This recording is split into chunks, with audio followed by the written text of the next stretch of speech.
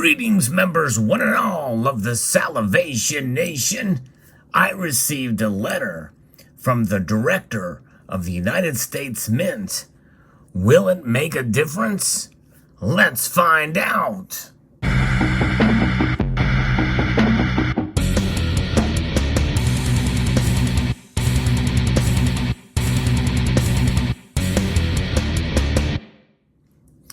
Indeed, I was surprised to see this letter come across my mailing as I was away, and interesting indeed.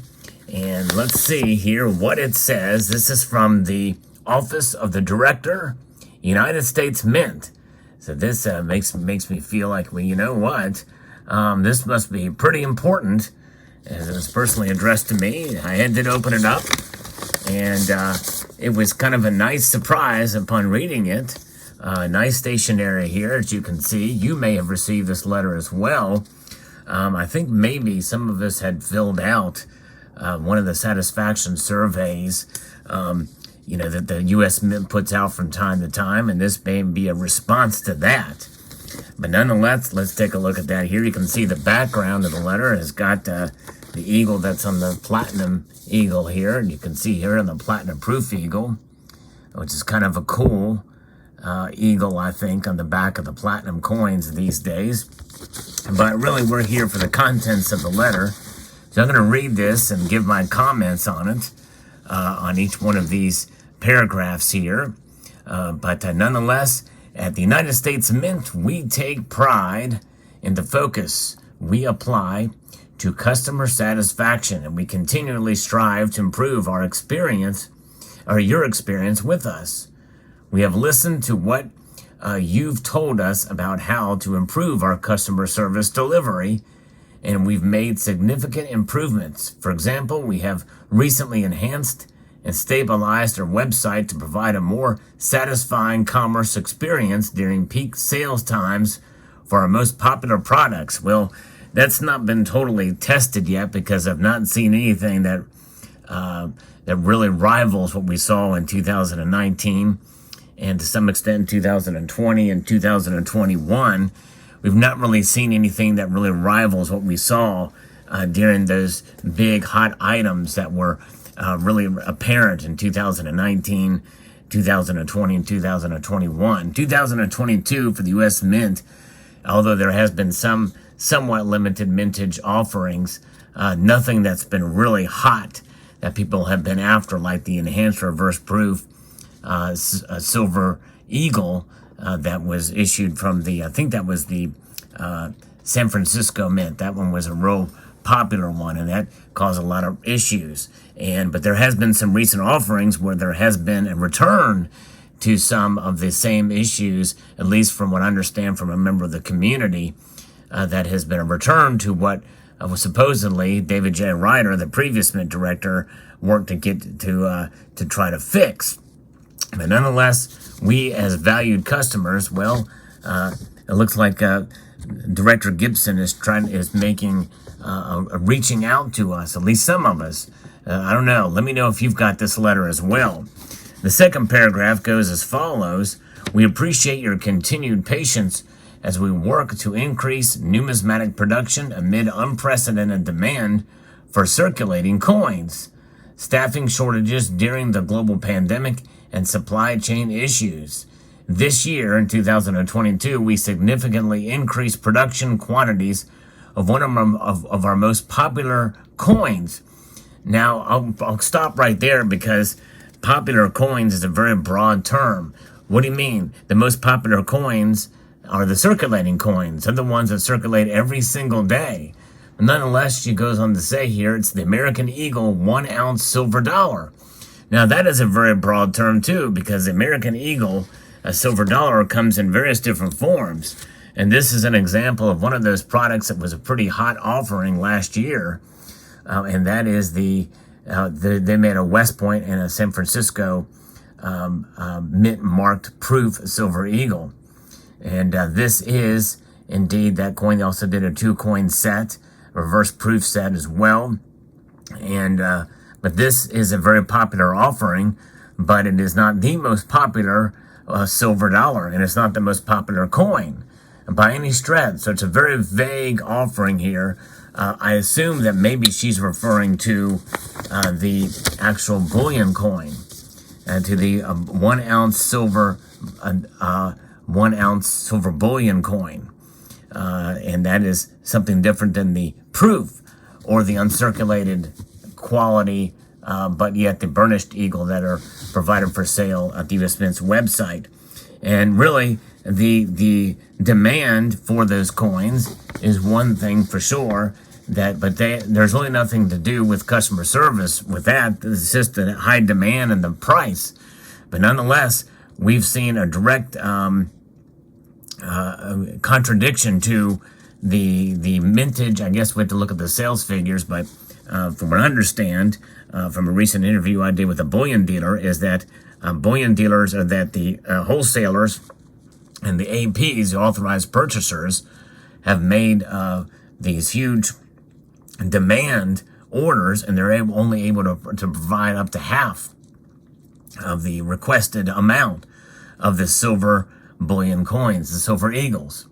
Nonetheless, the article goes on to say, or the letter here goes on to say, that this increased production of the silver eagle will lead to broader availability to our customers. Well, there's really not been an availability problem a whole lot. It's been a problem with premiums. You can get them, but you pay a very high price for them. And so they are not meeting demand in that regard, to where it doesn't precipitate a very high premium for the coins. Going on, moving ahead here with customer satisfaction as one of our top priorities, we have significantly strengthened and expanded our enrollment programs to ensure our long-standing customers will automatically receive annual releases of their favorite products to maintain their continuity of their collections. I think that's great that they're doing that. And I guess they're only branching out to the ones that have already been in effect. The proof silver eagles and the annual sets and that type of thing, which is good. I think that's good, and obviously for the peace dollars, and those were a very high demand. But we didn't really know exactly if that was going to be an annual production or not. We know now that it will be. We'll learn about that here momentarily. So that we've reduced. So this is that sentence is talking about the enrollment programs to ensure long-standing customers will receive maintain the continuity of those collections. That does not apply to obviously the commemorative coins or other special issues that I've seen, at least, because commemorative coins, they just have those on pre-order, which I think in a way is sort of a disservice, because you can pre-order something, and what happens? Something very well could change with the payment processing, and then your order is canceled, and the rare chance that something like that sells out, you'd be certainly out of luck. But nonetheless, you have to make sure that your payment information is up to date with the enrollments as well too. But nonetheless, the letter goes on to say, we have also significantly reduced call center wait times and reduced the average number of days for order fulfillment. I can definitely give them credit for that. I've made a call or two in the time since this letter was written, and have gotten pretty good response from the call center, and that's good. Order fulfillment is another story. They're still pretty slow on some things, although something I did order already received a shipping notification. So maybe this is the beginning of something new there. We shall see.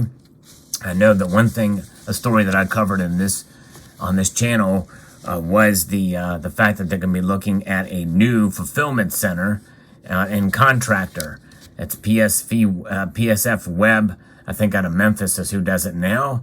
But apparently they made some changes, and hopefully will improve upon that even before the new contractor is chosen.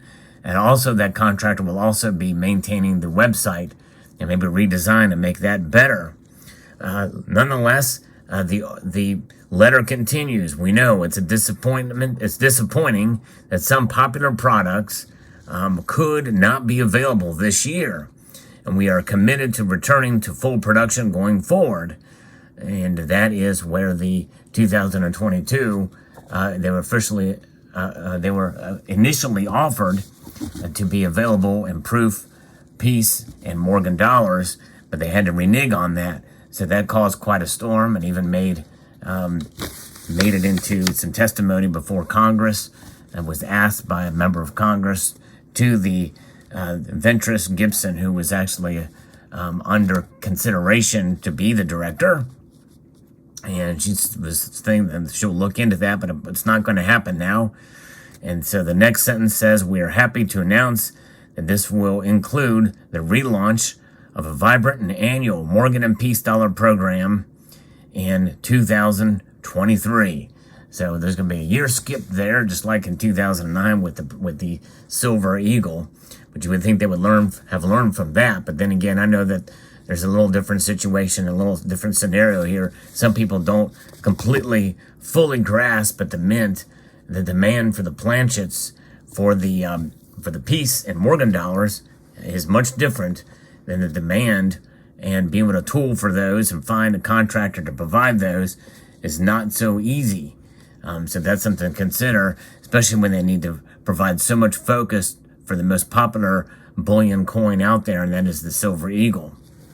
Nonetheless, additionally, the recent 2022 Summer Collector's Guide included a special promotion as an expression of appreciation to our valued customers. And then there they didn't say you get a free 10th ounce gold coin, because I think even the Mint knew that, you're not really getting much free there, because this thing was $330 when I bought it from the United States Mint as a free offering, with a very, very high premium other coin, which had very low demand, the 1 ounce version of this coin. But nonetheless, there it is.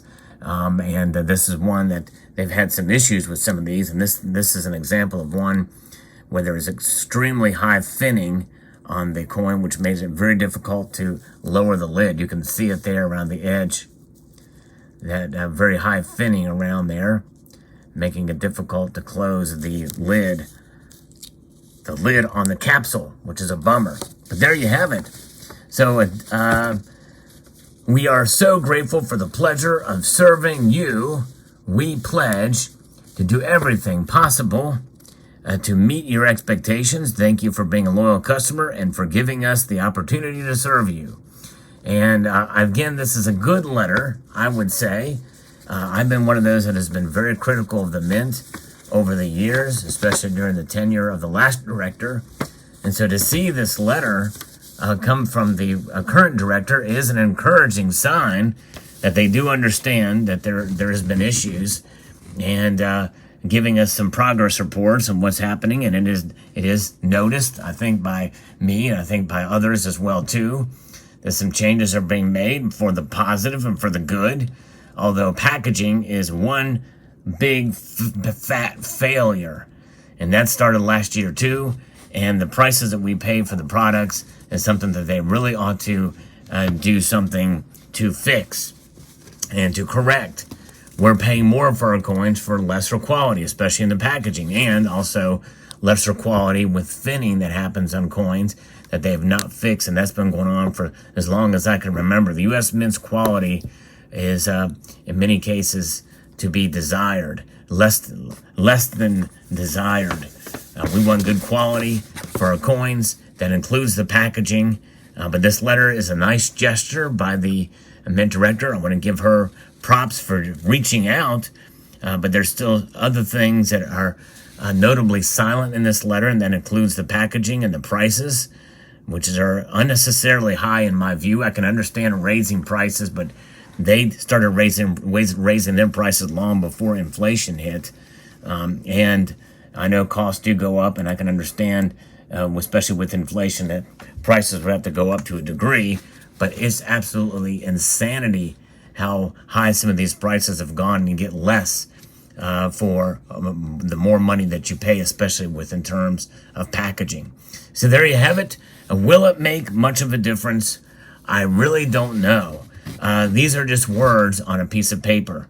And again, there is some meat to this, because I have noticed that they have improved some of these things with the enrollments and the call center. But those are fairly mild in my view. The enrollments really are a thing that they really had been doing in the past. They just are adding new products to it. So it's not that big of a, to me, that's not that big of a deal. Let me know what your thoughts are in the comments section below. I'd like to extend a multitude of gratitude to you all for taking the time to watch, and to encourage you to please rate, share, comment, and subscribe.